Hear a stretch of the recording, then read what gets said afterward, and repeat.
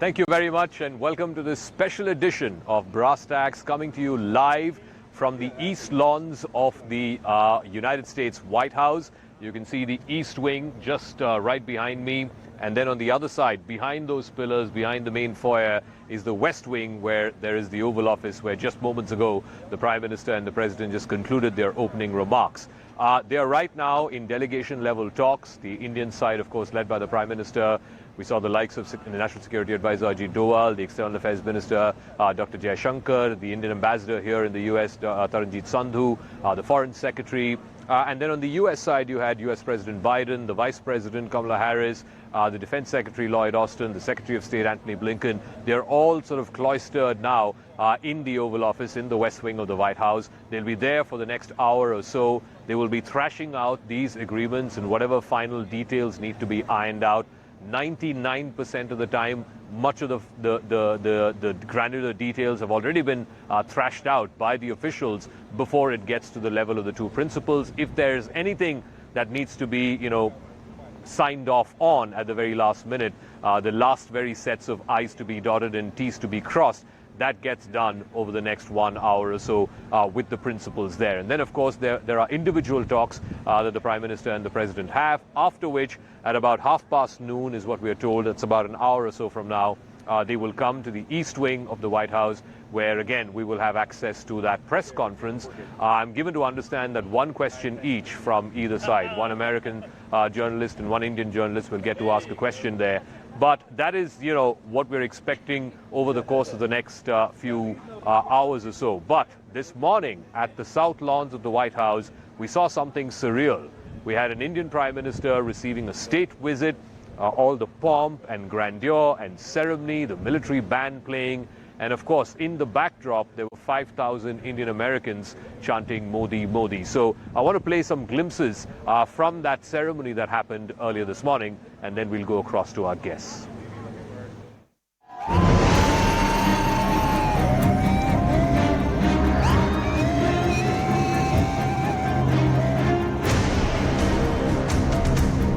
Together, India and the United States are working closely on everything from ending poverty and expanding access to health care, to addressing climate change, tackling food and energy insecurity stoked by Russia's unprovoked war in Ukraine. वैश्विक शांति, स्थिरता और समृद्धि के लिए दोनों देश साथ मिलकर काम करने के लिए प्रतिबद्ध है। हमारी मजबूत स्ट्रेटेजिक पार्टनरशिप डेमोक्रेसी की ताकत का स्पष्ट प्रमाण है।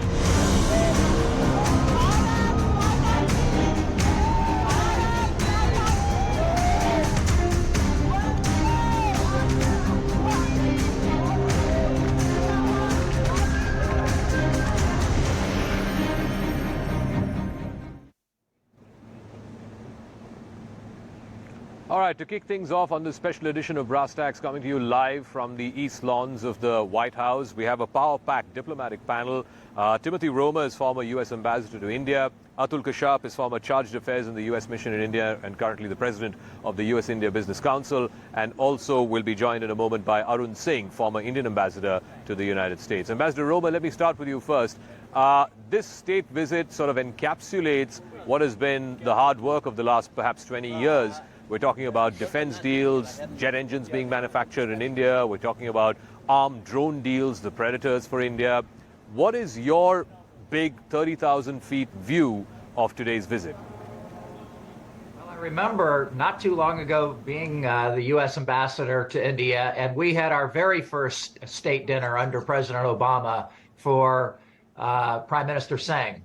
And then they turned around in India, New Delhi, and had a state dinner for President Obama. Those were the foundations and the pillars being set by a Democrat, which were continued by a Republican administration, to deepen the strategic relationship here, to broaden the people-to-people ties that we're so proud of, to expand the horizons of this relationship into space and into skilling and talent training and schools for our youngest people. This is a terribly exciting time. I am not using hyperbole to describe this visit as a watershed moment in human history where these two democracies are cooperating together. And this is a visit where technology is the springboard leading to more successes for us and our societies, for peace and prosperity going forward. Those are not going to be overused terms for the deliverables and for the outcomes in this. And I'm very excited to be going to the White House tonight to celebrate the people-to-people ties between our two countries. I want to take off on that technology point and ask Ambassador Atul Kashyap, now as chair of the USIBC, I'm sure you're getting the ringside view on this, whether it's technology about manufacturing jet engines in India, technology, semiconductor technology, and big American companies investing in semiconductor tech in India. How do you see that sort of transforming this relationship? Because that has an impact in every sphere, from the geostrategic to the geoeconomic, and of course, when it comes to improving the lives of our peoples. Well, thank you for the question. But first, I'd like to take a moment to talk about what I just experienced. I was very fortunate to be among a group of people who were right at the south portico of the White House. We were probably just steps away from the podium where the two leaders gave their remarks. And I have to tell you, as an Indian American who has spent much of my entire working life trying to advance the ties between the people of India and the people of America and our two great democracies, that moment on the South Lawn with the masked bands and honor guards of the United States of America rendering tribute and honor to a state visitor from India, the Prime Minister of India, and the national anthems playing was really moving. To see 5,000 Indian Americans and Americans from all walks of life honoring India and the President of the United States, the Vice President, Secretary of State, and so many other friends and luminaries there who have worked very hard from both governments to bring us to this moment. It was extremely moving. And I was very privileged to be there and to witness that. And I think that there is truly a great deal that our two governments can do together and our peoples can do together.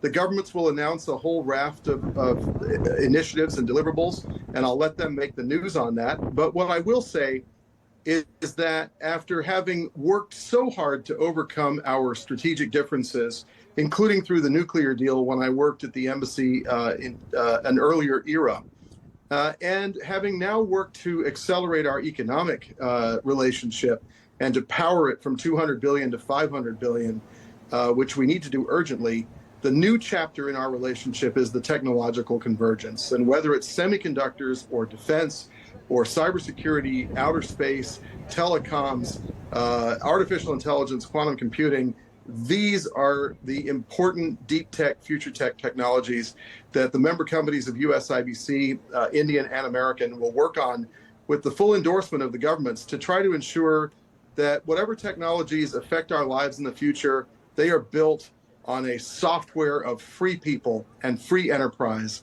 of democratic values, of Indian and American values that will help ensure the peace and happiness of the entire world and our two peoples. I want to bring in Ambassador Arun Singh as well. How much of the conversations that are happening inside the White House right now, whether it's between the two principals or their respective delegations, how much of the long shadow of an aggressive and assertive China is going to be sort of discussed in that meeting? Because many of these outcomes are going to be judged from that prism, whether it's the jet engine deal, the Predators, so on and so forth. A lot of it is going to be seen as potentially sending a message to Beijing. I think there are two aspects related to the cooperation that has been pursued between India and the US. The first is both, even if the China dimension were not there, both countries would benefit from the partnership. The Indian economy is already the fifth largest globally. It will be the third largest by the end of the decade. So there is enough opportunity for both countries to just look at the partnership through which their economies, their technological strengths would grow. But that having been said, clearly the China dimension is important. The US has said that China is their main economic, technological, and military challenge, and that China has the intent and the capability to replace the US in the international system, and India faces its own challenges related to China. So that is certainly would be something that would be discussed. But very interestingly, this is not something new. Recently, the conversation between Prime Minister Vajpayee and President Bush in November 2001 has been declassified. And when you look at that conversation, it seems in their 1 hour meeting, almost 90% of the time was devoted to the challenge from China. So, and this predates, discussions related to the nuclear deal and what will come from that. So way back from that time, and President Bush in his own campaign had described China as a strategic competitor. So the China dimension is certainly a factor that will be there in the conversation. It's quite amazing, as they say, the more things seem to change, the more they remain the same. If they were talking about it 20 years ago and they're still going to be talking about it. I want to ask Ambassador Romer about this. But it's not like, it's all hunky-dory between the US and India. It's not like on all issues, both sides are on the same page. On Russia-Ukraine, for example, India's taken a very different position. India continues to buy Russian oil. India used to import less than 1% of its oil from Russia before the war began. Right now, it's anywhere between 25 to 30%, between a quarter and a third. On that issue, there is serious differences. And also, I'm sure, Ambassador Romer, you must have seen this new view in the Beltway. A lot of folks, Ashley Tellis, there was another piece about how India and America don't really share values. What they share is interests. Will all of this be discussed as well when the principals are talking? And would these differences just, be there in the room? Or would there be an attempt to try and bridge them as well? Well, that's a great question, and let me answer it very directly. Prime Minister Modi was interviewed by the Wall Street Journal prior to his visit to America just a few days ago. And he said there is unprecedented trust between the United States and India and the two peoples. When you fill that coin of the realm, which is diplomacy, is trust, and building that trust in relationships across the board, you can talk about the strategic convergence with China. You can build coalitions with other like-minded countries in the region, such as the Philippines and Singapore and Indonesia, Japan and South Korea, through the Quad, the great work of the deepening relationship in the Quad. Those things are all fairly easy to talk about these days.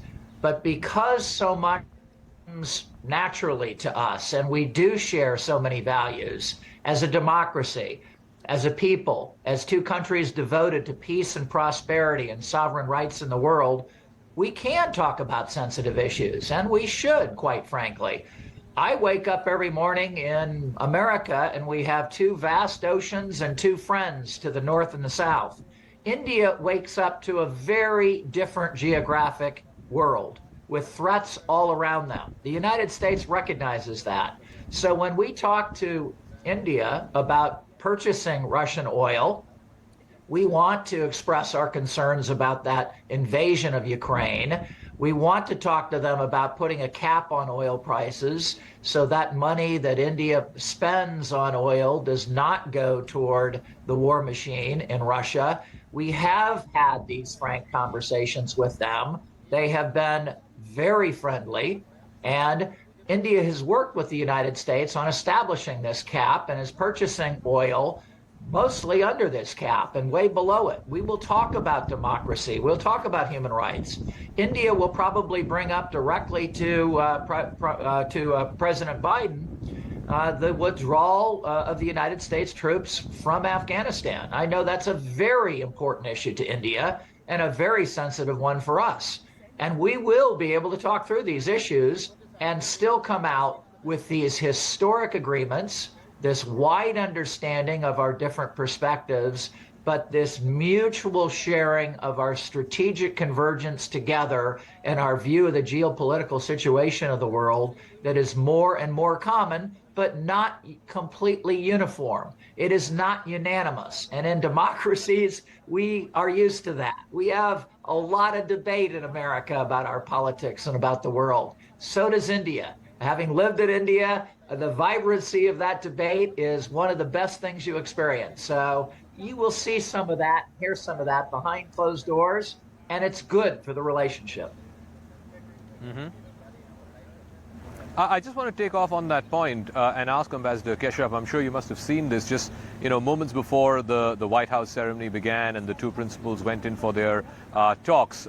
President Obama, the former president of the U.S., has spoken to CNN's Christian Amanpour. And one of the things that he talked about was, this is the challenge of being a president of a democratic country, that you need to oftentimes work with friends and partners whose records may not be perfect. I mean, America's own record is not perfect.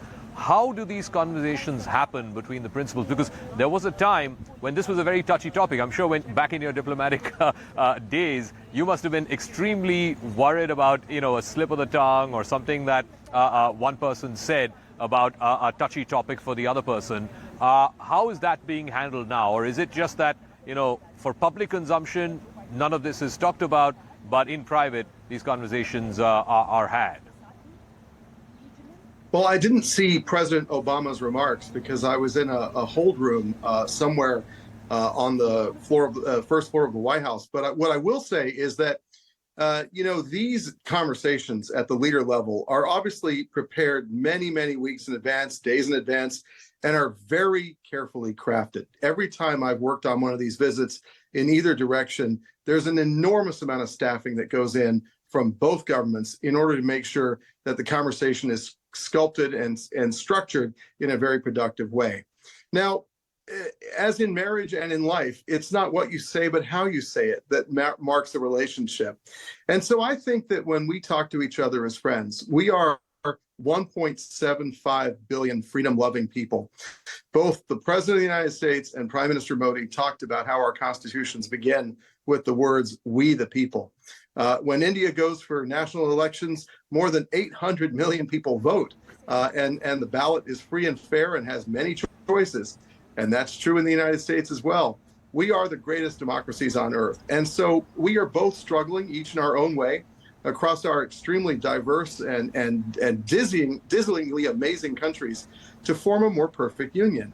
And we can do that as friends together. There are things that we can do to help one another, not only in our own countries, but all around the world to help lift people to better standards of living. And I think that if we come at it with a spirit of respect for one another and with a humble attitude, there is much we can achieve together. I'm certain the President and the Prime Minister will be talking about all of the big strategic and economic issues, the technological convergence, the deliverables. But at the end of the day, the United States and India believe in something. Our people believe in a vision, not only for themselves, but for the entire world, a vision of freedom and happiness, where every person, every human being can attain their full potential. We believe in helping uplift people in other countries, in Africa, in the Middle East, and Pacific Islands, Central Asia, Indian Ocean region. We believe in our partnership, especially in the Quad. So I think these are going to be very friendly conversations, and I think very carefully structured by the very learned and experienced bureaucrats on both sides. And I wish them the very best of luck in taking our relationship to the next level. Democracies must succeed. These are challenging geostrategic times, and democracies must also show that they can deliver. And that ceremony today was magnificent, and I wish both governments great outcomes from this state visit. So I just want to take that forward, not just about the strategic 30,000 feet view of things which need to be ironed out and announced. Of course, that will grab all the headlines. But Ambassador Arun Singh, even the granular details and stuff that makes or improves the lives of ordinary people, Indian Americans, Indians and Americans, the fact that consulates are going to get opened in Bangalore and Ahmedabad, and that's going to ease up visa times. You're going to have one in Seattle, an Indian mission in Seattle coming up soon. Also, we're given to understand, and I'm sure this was an issue even when you were ambassador here, the H-1B visas. And the fact that every time someone on an H-1B visa needs to get his or her visa renewed, they have to get that stamp outside of the United States, so they have to travel. Most of them would travel back to India. So there's always this uncertainty. I believe one of the agreements will be that they don't have to leave U.S. shores to get a re-stamp done on their H-1Bs. How much of these nitty-gritty issues are also discussed at the level of the principals, or are these sort of sorted out much before the meeting happens? And also, it seems like, the diplomats are catching up with the people-to-people, as opposed to the other way around. So these issues are important because they affect the welfare of the people. And for example, recently you'd have seen that more than 20,000 people who were on H-1B visas had lost their jobs. And it had become an issue that there was a requirement that within 60 days, they had to find an alternative job or go back without any visa status. And then India had worked with the US government, and the US government then extended the period under which they could look for an alternative job, which made a huge difference. So these issues are certainly important. And I think any relaxation that the US is able to work out there would have an impact. The fact that we are going to open more consulates would certainly ease the situation related to people who are looking for consular services, passport, visas, and other kind of support. But I think at the level of the leaders, it would be touched upon in very broad terms, that these are important issues. Whatever we can do, it should be done. Certain measures that can be done on H-1B. And then, of course, the nitty-gritty would then be discussed at the functional levels. All right, I'll get closing comments from all three of you before we wrap up this segment. Ambassador Roma, what would you look out for in this visit? And again, I'm coming down to, we saw a lot of pomp and ceremony and grandeur earlier this morning, all of which is important, but ultimately this visit will be judged by what it delivers, what its outcomes are.